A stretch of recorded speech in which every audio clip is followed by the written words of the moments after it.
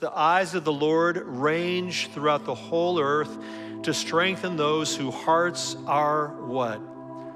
Fully committed to him. I want to be a person like that, don't you? That God's looking and he goes, oh, she's fully committed to me.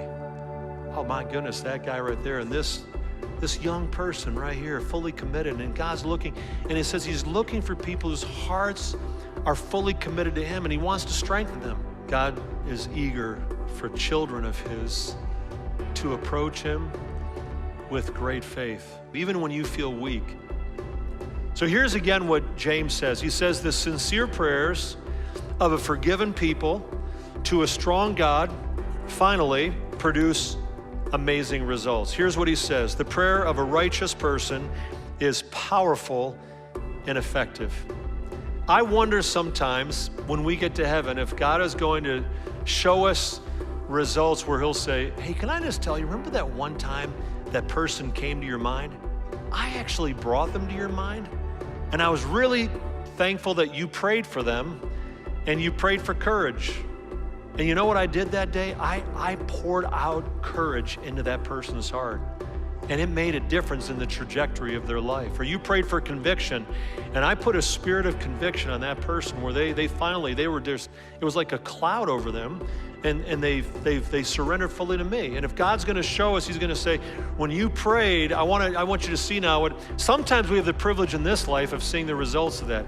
I read an article in Alliance Life, as the denominations that were a part of their magazine. It's available for free if you'd like a copy. These 4 guys who really wanted to take the good news about Jesus to a place that had not really encountered Jesus. And so they heard about this group of people in South America called the Campa Indians. And these were people that were known for their violence. They were a cannibalistic people. And so these guys were like, that's where we're gonna go. We're gonna take the good news of people then. So they're on their way. One of the guys dies en route, tuberculosis. The other 3 guys continue on. 9-day journey by mule and canoe, and they set up camp right nearby the Camp Indians. So let me read you a story about what happened early on after they got there. All kinds of people, by the way, praying for these 3 guys thousands of miles away. One night, an eerie series of whistles pierced the silence. The men had been told, the 3 men, that if the camp was attacked, it would be at night and during a full moon. They would shoot flaming arrows onto the thatched roof and rob and kill by the light of the fire. The 3 men quickly headed into the jungle, huddling together just out of sight of their hut. They could see the warriors gathering around, and then inexplicably, the Indians retreated to the water's edge, boarded their huge canoes, and paddled away. It was years later that the men learned what had happened. The tribal chief had by then become a follower of Jesus, and when questioned about that moonlit night, he sheepishly admitted that yes, 30 to 40 Indians had come to attack the missionaries. But, he said, there were too many of you.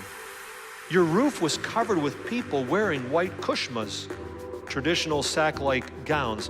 We were afraid to go near because we knew that we didn't stand a chance against such an impressive army.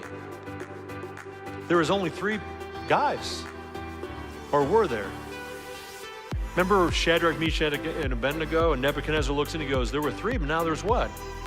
There's 4, because Jesus was with them. Friends, we're not always gonna hear stories this dramatic, but there were people praying, and all of a sudden God opened the eyes spiritually of these warriors, and they see angelic powers. And God hears the prayers of people thousands of miles away.